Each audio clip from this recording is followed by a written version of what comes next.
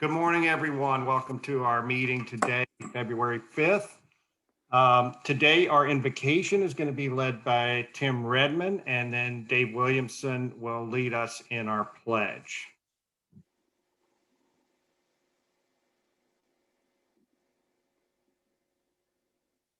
Whenever you're ready, Tim, you can yourself. I finally got on my computer and I was muted. So anyway, let us pray.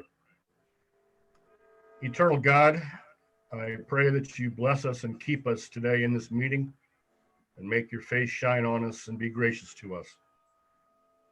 I pray that we feel your presence during this meeting because you are with us wherever we go.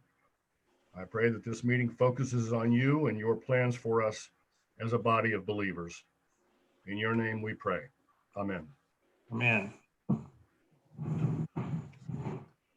Good morning. Please rise and join me in the Pledge of Allegiance. I pledge allegiance to the flag of the United States of America and to the republic for which it stands, one nation, under God, indivisible, with liberty and justice for all. Thank you, Tim and Dave. I know we have several guests on today. If you have a guest, please unmute yourself and introduce your guest. I would like to recognize Tom Clevin, our Assistant Governor for District 6690. He's joined us and he's going to make an announcement in a few minutes. Other guests? I have two guests. I'd like to introduce Sandra Husenfeld of Best Version Media. She's in my BNI group, and also wanted to introduce Jeff Wasserstrom. He's with JAW Enterprises, and he's in my BNI group as well. And I told him who the guest speakers were today, and they were super excited to hear about Bridge Park. Welcome. What was the name of the first guest you had? Sandra Husenfeld. Okay, Sandra and Jeff. Hey, Jeff, good to see you. I know Jeff from the Chamber of Commerce. And Jeff is sporting a COVID haircut there, or lack thereof. Him and Dwight. That's right. Other guests this morning. Hi, good morning. This is Gene, and I'd like to introduce my guest, Steve Biragana. And I know Steve through the Dublin Education Foundation, where he's the president, and we've worked together on supporting their mission for several years. And Steve's interested in learning more about the club and becoming a Rotary member. Excellent. Welcome to our meeting, Steve. Thanks for having me. Any other guests this morning? If you have a guest or you are a guest, just unmute yourself and introduce. Yeah, Pat Jackson here. I'm with a company called Vertava Health over on Perimeter Drive there in Dublin.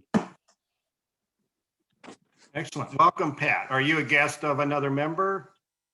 Well, I contacted Lori last week and she sent me the link for today. So, excellent. Yeah. Super. We're glad to have you. My daughter was she was a recipient of a scholarship and went to Brazil 2 years ago. Yeah. Excellent.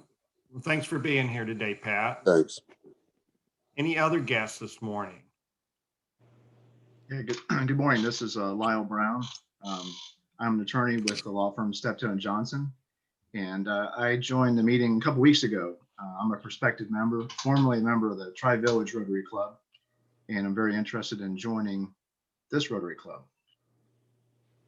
Excellent. Wow. Welcome, Lyle. Thanks for being here today. Any other guests? We've got a lot of guests today. Okay. Well, I know Stephanie Morrow is on, and she is no longer a guest. She is now a member of our club, and I'd like to call on Dwight to introduce our newest member. Thanks, Dave. I'll just take a minute here and just tell you a little background. This may be the longest initiation process application. Steph and I actually talked a year ago, and we were just getting ready to pull the trigger, and boom, March hit, and we all stepped back a little bit. So it's great to be finally welcoming Stephanie to the club. Just a word or two about Stephanie. I've known Stephanie for over 20 years. She's once a critical care nurse, always a critical care nurse. And that's what Stephanie did at Ohio Health for a while and other places, I believe. She can tell you a little bit more about that. She and I worked together at Ohio Health at Sequent. And she is now, I want to get this right, she is the Director of Wellness and Health Coaching at the Ohio State University and Medical Center. And that's probably where Steph belongs. We call her Nurse Betty for short. So Steph, welcome aboard. So glad to have you as a member. Thank you. I'm excited to finally get through the world of COVID and the chaos of 2020 and be able to get the paperwork and all the details taken care of. So thank you, Dwight, for the efforts through the years. I think the first meeting I went to was a year ago last December. We were sitting up in Muirfield and having a little breakfast and saying hello to the group. And so we'll fast forward. Now we're about 14 months later. But in the spirit of time, yes, as Dwight said, I am Nurse Betty to many people. I'm an old critical care trauma nurse. But I also did a lot of different things as far as cardiac rehab. I built Knightsbridge Surgery Center, a lot of different leadership and operational positions too. And then in addition to that, as Dwight said, we worked over at Sequent together. So I really got involved with a lot of different other types of community groups in and around the Dublin and the northwest side of the city area. I am married. I have 2 adult children. One daughter teaches here in Dublin in elementary where she went to school. And then my son he originally was an intervention specialist, and now he is actually at Lakota Schools as an assistant principal. So very involved in working with the community through the children and through schools and what have you. I've been in Dublin, as Dwight said, probably, I think it's been 25, 26 plus years. And then probably the one thing that really triggered me a lot to get more involved in Rotary when Dwight and I would run into each other walking, because we actually live in the same neighborhood, is I was in Leadership Columbus back in the early 90s and was a graduate of that program and really learned a lot about trusteeship and all the different components of how a community comes together. And as my kids were getting older and I was involved in their activities, as I was involved in the different areas of work that I do, and as Dwight said, right now, a lot of what I do right now is supporting health and wellness for the university, which is the Med Center, the academic side, the regionals, extensions. There's just a huge opportunity to really give back to others. And so the Rotary was a group that I thought really does a lot of those kinds of things. It is very intentional about how they want to make an impact with others. So thank you. I won't take any longer. I'm excited. In Dublin, I was really involved early on with Centero on the board there. And right now, my current board role that I do in the community is with Friendship Village of Dublin. So thank you. Welcome, Stephanie. A big virtual round of applause for our new member. Welcome to our club, Stephanie. We're glad to have you. All right, let's move to announcements. And I'm going to start things off with Tom Clevin. Thank you, President David. Good morning, all. It's my pleasure to join you from Bonita Springs, Florida this morning, full disclosure. And Susan, I will not be able to participate in tomorrow's event, but I'll send you an email and purchase a ticket for the raffle. But I wanted to announce that last week, the Rotary Awards Banquet was held for the Rotary year 19 and 20. And the Dublin AM Club did very well. They had a number of awards, and I'll go through those very briefly here. They were given an award for the End Polio Now. Those are clubs that donated at least $1,500 to Polio Plus efforts. They were given an award for every Rotarian every year. Those are clubs with a minimum of $100 per capita and every member donating at least $25 to the annual fund. And they also were given the 100% foundation award giving, and that's an average of $100 per capita and 100% participation with every member contributing at least $25 to the annual fund, Polio Plus, Global Grants, or the Endowment Fund. So a great job by the entire Dublin AM Club. And the last one to announce, but certainly not the least, was an individual award presented to our own Claudia Trusty for the leadership of the Interact program. That was a special award by past District Governor Gary Vaughn. So congratulations to the club and to Claudia. Well done. Thank you. Thank you, Tom, and thank you to all of our members who make those awards happen. We've got a great club. Other announcements. I know we've got some polar bear announcements. Why don't Susan West, would you like to start us off there, and Pete Fulbrigge? Absolutely. I just want to let you guys know that if you don't want to enjoy the 14-degree weather on Saturday, tomorrow, you can feel free to still get involved. You can get on the chat function here and tell me that you want to buy some raffle tickets. We are raffling off a set of golf clubs and a hand cart. And, you know, if you just feel a little guilty and you want to give to the good cause, that's great. Paige and Bonnie have stepped up because they realize, yes, they are in beautiful, warm Florida. And Tom, thank you for mentioning as well that you'll jump in and get a raffle ticket. But it's a way to get involved without getting involved. Or like I think Wolf, you said, consider it a fine, right? A fine for not being there, a big fine. But anyway, $20 for a raffle ticket to get in on the golf clubs. Pete, you've got some great information though about who is golfing, right? We've got how many golfers? Yes, we have 77 golfers.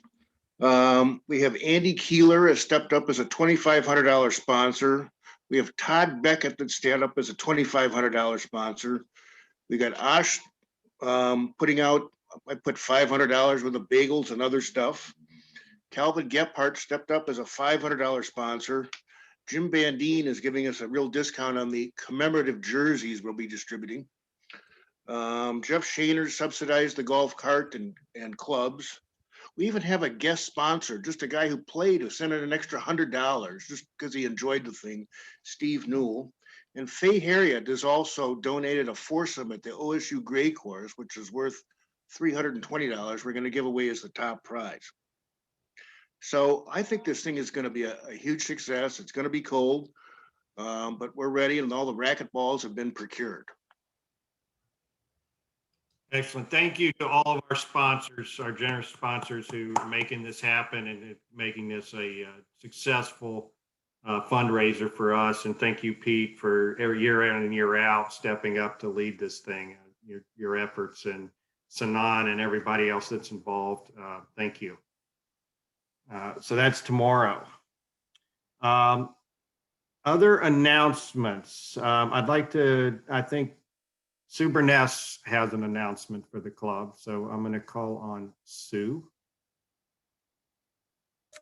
Good morning, everyone. Thank you, David. This announcement is a bittersweet announcement that I want to share with my Rotary family. And I'm going to try not to get emotional, and I didn't think I would. But I have recently accepted a job to be the Director of Communications for the city of Dunedin, Florida, which is a coastal city in the Tampa Bay. This is not a job I was looking for. I was not looking to leave Dublin, the city I've lived in for 25 years, and I've loved, and I've made amazing relationships, not just here in Dublin, but actually throughout the entire Central Ohio region. I've been able to serve the city as an employee, as a member of the communications team for the past 10 years, which actually was always a dream of mine. But this opportunity came to me through a nationwide search, and it was presented to me as an opportunity to do what I do and do what I love, but do it in a coastal city. And many of you know that Jim and I have been driving to Lake Erie for the past 25 years, 2 hours from May through October, and we are water people. Our dream, our plan had been to be in Florida, maybe in 5 or 6 years, and then spend summers in Dublin or up at Lake Erie. And so this opportunity, as I researched it more thoroughly, gives us the ability to accelerate that plan and for me to continue to work because I am not ready to retire anytime soon. But to do it in a community like Dunedin, which the more I researched, the more I was attracted to and realized how many similarities there were to Dublin, especially the aspects that I treasure, like a vibrant downtown, historic district, the walkability. There are like 30 festivals that happen throughout the year. And by the way, I'm not in charge of them, so I'm okay with that.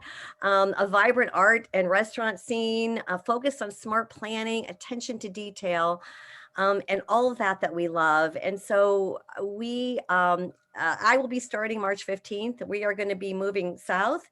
We will probably be popping in on these Zoom calls from time to time, and we know we're going to be back to visit.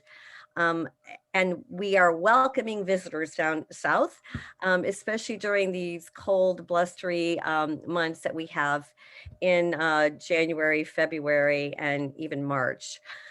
So it may be coincidental that I get to introduce our speaker today, but I'm going to hold back and stop there and just tell you that I love you all. And it's been an honor to be part of this club and part of this community.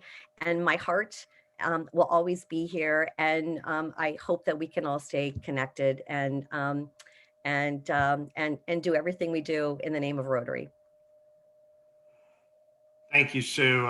You're going to be missed. You and Jim, definitely big contributors to our club for many years, but we wish you all the best in your new venture. And it's the other thing about this is that I want to announce is that this leaves open 2 board seats. Jim has been our chair for international, and Sue has been a at-large member of our board. If anyone in our club has an interest in serving on the board, please contact me or Mike Isler in the near future so we can put you on the consideration list for those board seats. Any other announcements this morning? Oh, I have one more. Okay. I wanted to put a shout out to Mike Eisler. I try to run this fundraiser so we can generate revenue to the club from outside of the members, and Mike Eisler has put together 4 foursomes besides himself. Wow. Wow. Thank you, Mike. That's awesome. David, can I announce some Paul Harris Awards? Oh, please do, Susan.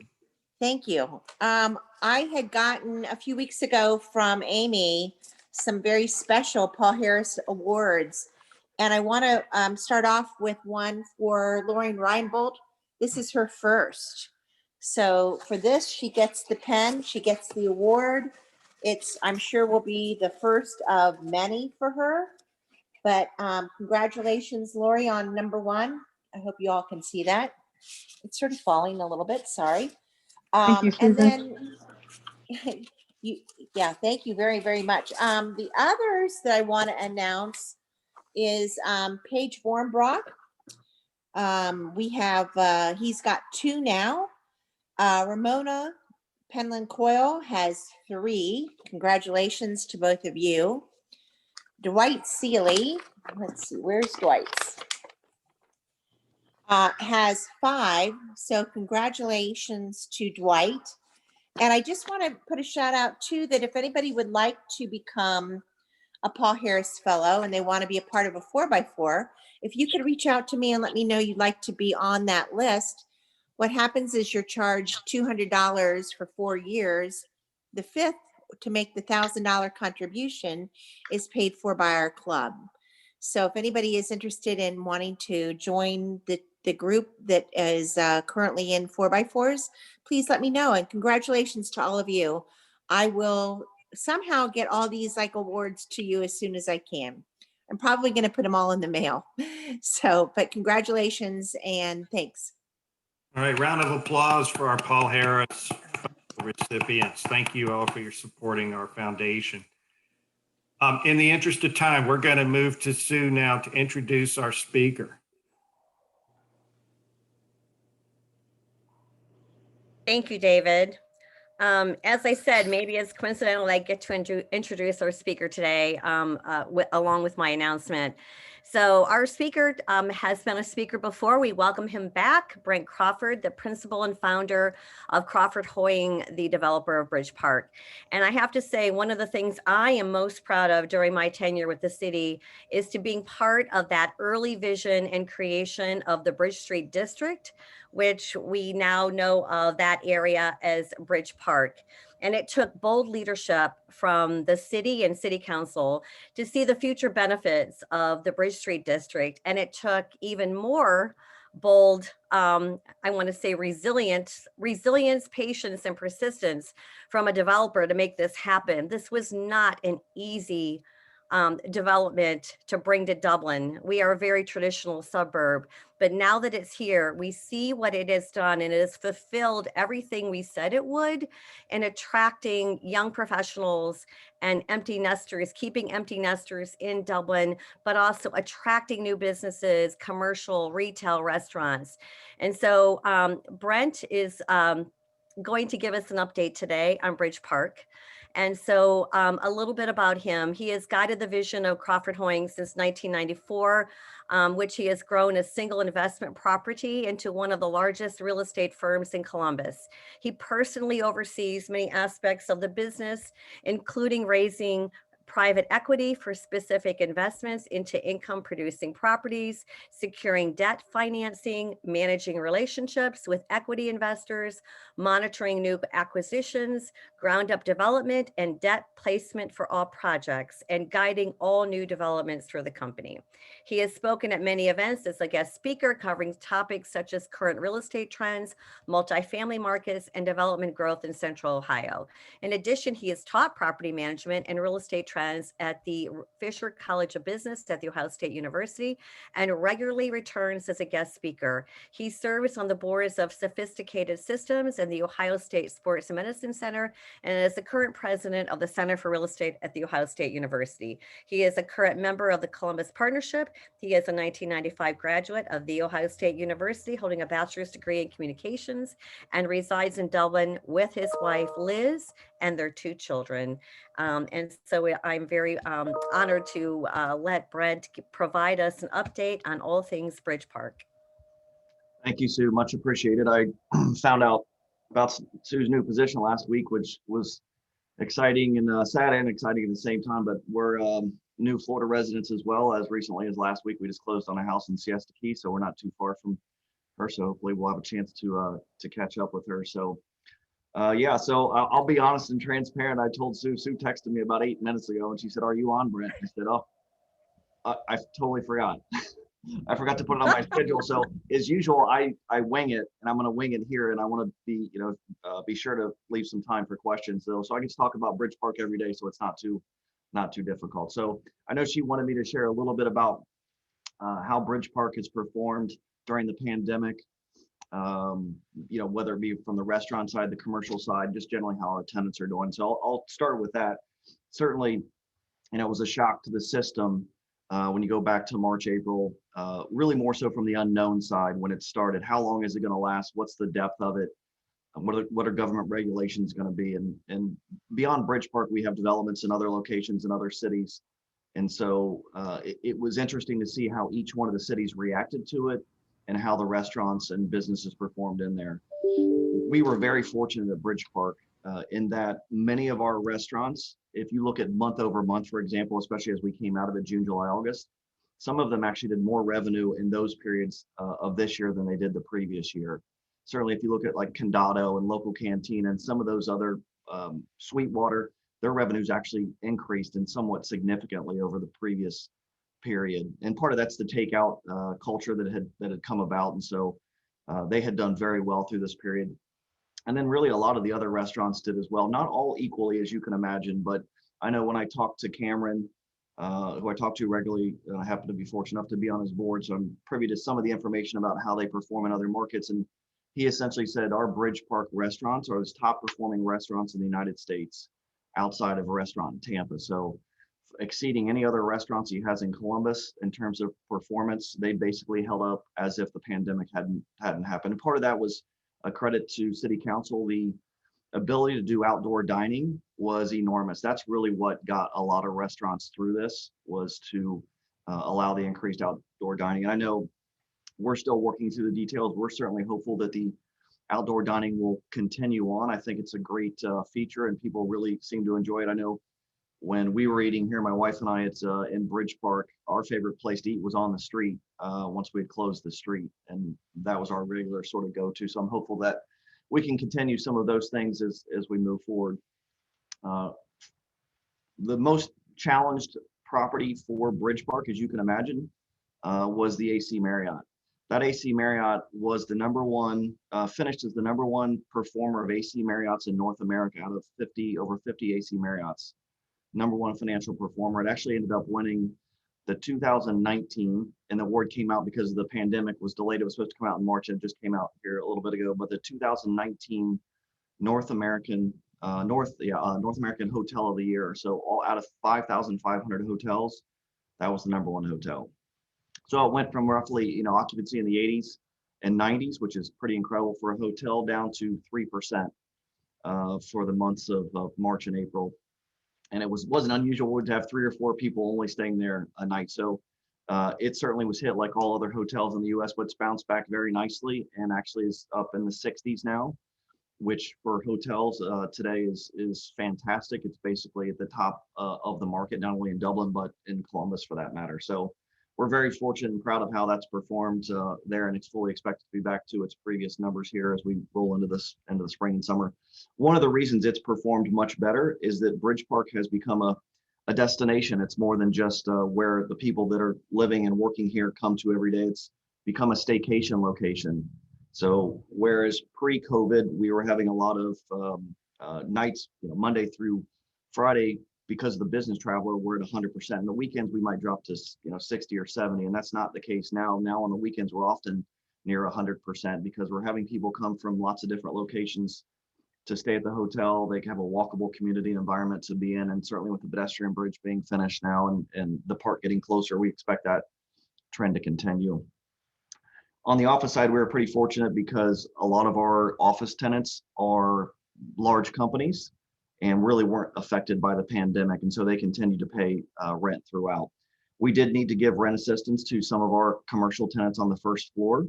So some of the restaurants didn't perform as well as others. And so we were helpful with the ones that needed it when they needed it. Certainly the retailers and certain businesses were just required to be closed and weren't allowed to be open. So we worked with them to abate their rent so that they could get through the situation, being, want to be a good partner with them, and they've been good to us. And so we took care of them during that time frame. One of the common questions we always got was regarding delinquency for residential tenants, because you probably heard a lot about rent delinquency and the inability for people to pay rent. This probably has a lot to do with the type of clientele we have at Bridge Park. There are a lot of young professionals that live here. We have two groups, a lot of young professionals and a lot of empty nesters. It really covers the gamut, almost a 50-50. And because of that, our delinquency never was above 2%. If you look at the traditional B-class apartments and C-class apartments, there were a lot that were running in the 20, 25, 30%, even 40% delinquency. Yeah, and so our delinquency, for example, in July and August this year was less than it was the previous year. So the pandemic really had no impact on us in that manner. And I think because of the success we've had to date, it's really not had any impact on leasing either. So the D block, where the North Market is, which opened in August, is already 85% leased for all the residential units there. So we did that during the off leasing season and during a pandemic, which I think speaks to the strength and the interest of the development. And we've leased now, I think we're up to 65% on the commercial space, which is also an incredible number under the circumstances. You may have seen, we just signed a lease with Kitchen Social, who is at Polaris, and you may be familiar with. If you've not gone to Kitchen Social, I highly recommend it. It is a fantastic restaurant, chef-driven, owner-driven restaurant, and they'll be coming here and opening late this summer, early fall, depending on their construction schedule. And we have another couple restaurants we'll announce here. One, a full service breakfast restaurant, which we've long needed here in this area. So very excited to get that announced, and that'll probably come out here in the next 30 to 60 days. That concept's been in the works. Also chef driven, owner driven. The owner will be in the restaurant every day. And that's something that we really look for. There's another large restaurant. So as you know, we've got Hen Quarter on one corner of Bridge Park Avenue. On the other corner, we've been holding out for a restaurant there for quite a long time, waiting for what we thought was the right restaurant. And we have that restaurant now.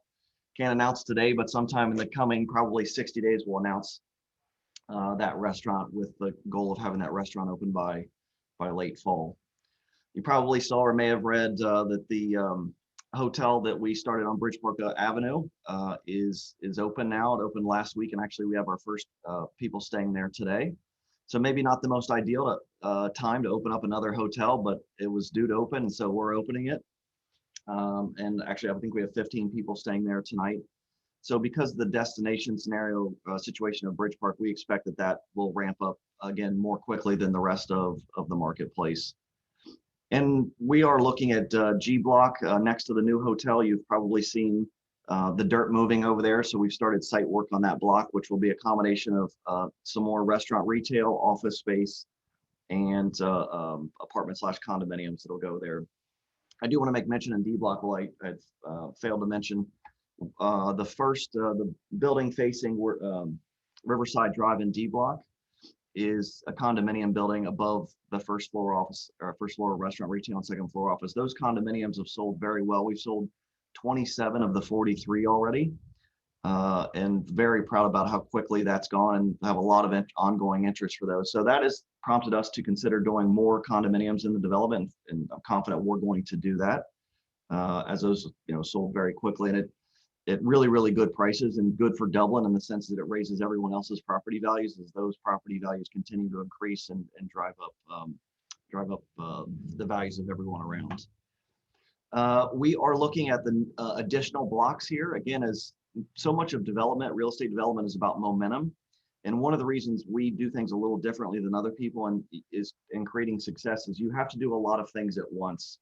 People are often surprised or shocked about how quickly we went and how much we built. And the reason being is Bridge Park wouldn't have worked if we would have done C Block as an example, where Cap City is in Hen Quarter in our office. Let's just say we just built that, waited 5 years for it to be fully successful, and then built the next phase. It wouldn't have had the energy and what we call the there. Where's the center and the heart? And so that's why we continue to press forward, because the leasing begets more leasing. As more residential tenants move in quickly, it requires more restaurants. And as more office moves in, it requires more restaurants, and more restaurants then excites office tenants to want to be here. And so we want to keep that momentum moving. And that's a really important part of what we're doing. And also it's just a favorable debt environment with interest rates and so forth. So you should expect to see quite a bit more development here over the coming years. We're roughly 66, 67, 68% way through the development. So we really have a lot left to do. And there's some other elements we want to bring to this from the entertainment side, especially on the live music piece. So you should expect to see some announcements as it relates to having significant ongoing live music opportunities here, which is certainly doesn't exist really in Columbus, Ohio on any scale. There are certainly locations that have live music, but not multiple locations and not regular programming. So that's something we have a whole group of people here at Crawford Holding focused on that element to bring that to Dublin here over the next year. So I think that is a good general update. I don't know if we're open for questions, but I'm certainly glad to answer any questions that you might have. I have a question. So in Bridge Park, in the middle where there's an open lot, and it's like excavated at different levels, what the heck's going there? Yeah, that's what we call G Block for our naming convention right now. It'll get changed eventually, but that is going to be first floor restaurant and then all office above. And then behind that, we actually still finalizing this piece. We were going to do apartments there, but I'll tell you the success of the condos has been so strong. We're considering right now working through the possibility of converting those to condominiums, flat style condominiums. And that's still to be determined. And we can make that switch because the building envelope doesn't really change from what was already designed. And so while we'd already started excavation, the condos were selling so fast, we thought, hey, maybe we should rethink whether these are apartments or condos. So you'll start to see actual in-ground construction here over the next 60 days. We wanted to get the dirt moved while the weather was right, so that when we came out in the spring, we'd be ready to go.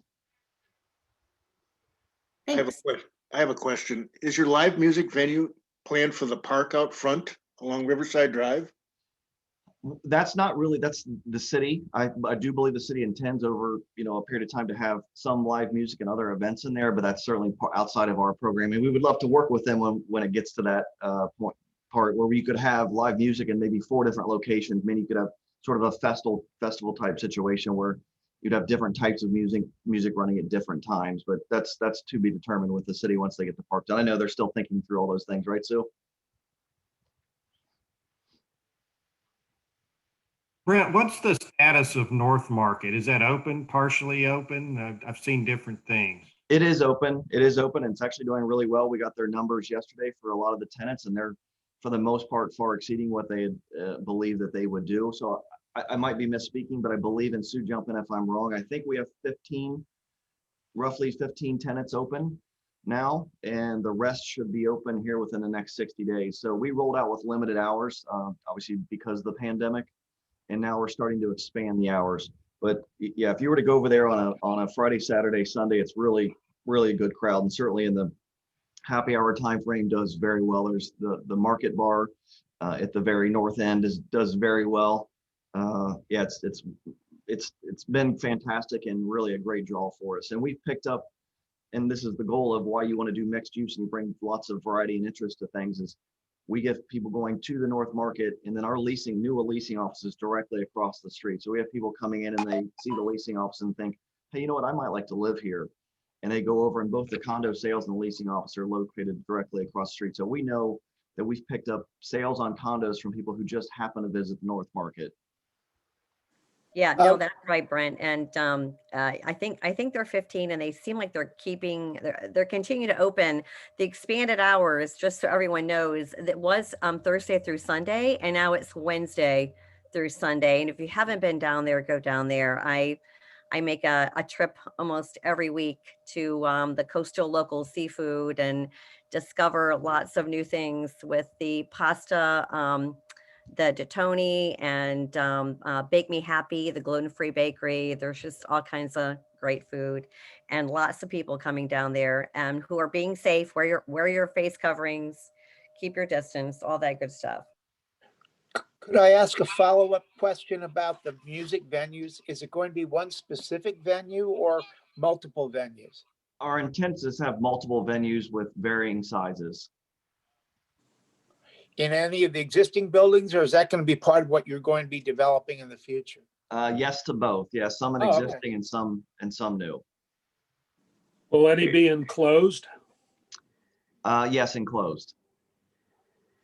And what percentage of Bridge Park has been developed? I mean, are you half done or 3/4 done? It's about 3/4, a little less than 3/4. I think we estimate in the sort of 67-68% range. So as you sort of go east up the hill, that is all, Bridge Park land that is still to be developed. And so the fortunate thing about working with the city originally is how it was zoned. And that's important. So a lot of times cities are like, well, we're going to allow apartments here, we're going to allow condos, or we're going to allow office. You have to be flexible in what the market wants. So as an example, the condominiums that I mentioned across the street from the North Market, that was originally going to be office. And the demand was so strong for condominiums there that we went ahead and went with it when it was the right move. So the next phases are still in design. And obviously the pandemic really makes us rethink everything. I'll make one quick comment as it relates to that. We're getting ready to start another large office building here. And certainly people have different thoughts about office. Our belief is that the stay-at-home scenario, while some will remain, some portions of it remain, is being massively overblown. I fully expect in the next 24 months that you'll see a significant return to the office. And one of the reasons is you can't maintain culture in a company over Zoom. It's just really not possible. Yes, there are certain types, call centers and things like that, where that maybe isn't required, but we brought our office back 100% really back in June. We've had some fits and stops as it relates to COVID.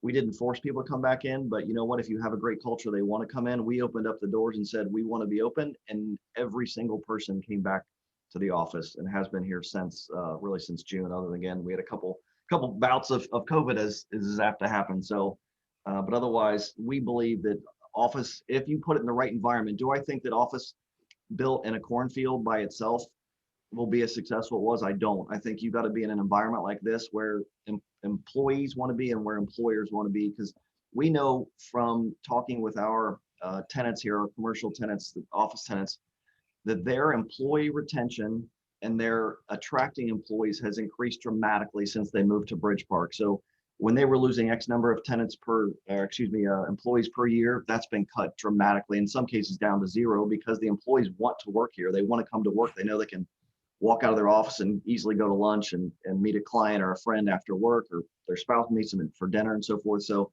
we think as long as you're building an office in the right location, that it will continue to work and that people are going to come back to the office. So we're going to press forward with continuing to build more office. And I know Andy would be excited to hear that. That's a great thing for the city. The more office, the better. Obviously, lots of payroll tax, and it's certainly great for us for the restaurants and apartments. Brent, Paige Warnbrock, great to see you again. Paige. And congratulations on your success. Thank you. It's been fabulous. We knew it would from the beginning. We had such great activity this summer with the restaurants opening out on the streets there in that middle corridor. Yeah. And I'm sure that's Andy and City and Sue as well, but is there any plans to expand that as the Bridge Park area is expanding? We have talked about it, and we're sort of in ongoing conversations with the city about. We definitely want to continue that. We just thought it had a tremendous feel. It was hugely popular. The feedback we got from people was really incredible. We'd like to and I don't want to overstep here because nothing's been agreed to, and it's just something we've talked about. We would love to do an expanded version, and we'd like to make it better. We spent a lot of money, as you may have noticed. Some people probably don't realize how much money in order to do all the planters in those areas to make it feel comfortable. It was cost a whole bunch of money, but it was worth it. But we'd like to make it even better, continue to improve it, just make it feel like a lush environment that doesn't make you feel like you're sitting on the street necessarily. And so, yeah, we're putting a lot of time and effort into to try to create great experiences there, and we're going to keep doing that. So yeah, our hope is that it not only continues, but that it expands. But there are considerations. There's fire considerations, and getting fire trucks in and out, and trash in and out, and all those good things that we have to work through with the city, which are important considerations. Great. Thank you. Could you talk about the mergers and acquisitions? I think UpDocs was purchased or merged, and Mesh Fitness as well. Did that affect anything? It did not. No, we're hopeful that Mesh is a really, I wouldn't call it irrelevant, but just almost an internal transfer merger with another business. And so they're actually spending money investing in the space to further improve it, which is great. The UpDocs acquisition, we're hopeful, means more space will be required from them. And that's sort of the initial conversations that they might be expanding in this location. So what it might mean is in our new office building that we are getting ready to start up here, that they move into a larger space and then we just backfill into their space. But that's very early, and but hopeful there. And we have had a lot of conversation, and just for general knowledge, if you go back 90 days, activity as it relates to commercial leasing, especially on the office side, was non-existent. I mean, there's just, the phone didn't ring at all. And it's really picking up pretty dramatically now. Same thing on the restaurant retail side. So we're spending a lot of time right now doing tours for office tenants. And so confident we're going to get a number of new tenants here in the next weeks and months. Will the farmers market be coming back? Yes. Okay, we are out of time. Brent, I want to thank you for being here today. It seems like just yesterday that we were looking at concept drawings of the Bridge Park, but all of a sudden there's a city there, and it's a huge success, and congratulations on that. You definitely did get momentum early on and have kept it, and it's a great addition to our city. But thank you for being here today to update us and share with us what's going on. Thanks, I appreciate it very much. And as Sue knows, we're pretty much an open book. So I'm not too hard to find. So if you ever have questions, you can feel free to email me, and I'll generally respond right away. We'd rather have you know the real information than the wrong information about what's happening at Bridge Park. So don't hesitate. It's bcrawford@crawfordhoying.com. So if you have a follow-up question afterwards you didn't ask and you want to know something, feel free to send it over. So thanks for the opportunity to talk with everyone. Have a great day. Round of applause for Brent. Thank you, Brent. Thank you. I want to again say thank you to our guests, Sandra, Jeff, Steve, Pat, and Lyle, for being here today. And please come back and see us again at another meeting. We have right here on this same Zoom link every week, 7:30 a.m. on Friday, 7:45 the meeting starts.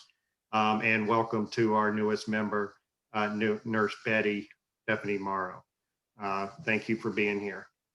Next week, we're going to hear from Chief Justin Paez from the Dublin City Police.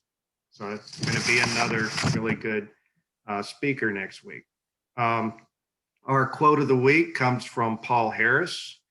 He said, "May Rotarians continue to be ambassadors of goodwill to high and low, rich and poor, to all races, to the devotees of all religious faiths, and to members of all political parties. Let us be purveyors of tolerance, forbearance, justice, kindliness, neighborliness, and friendliness to the inhabitants of this snug little world, the best little world of which we know." Thank you for being here today, and I will see you all next week. And remember, Polar Bear is tomorrow. So bye-bye. See everybody tomorrow. Bye-bye. Thanks for having me. That's a good meeting.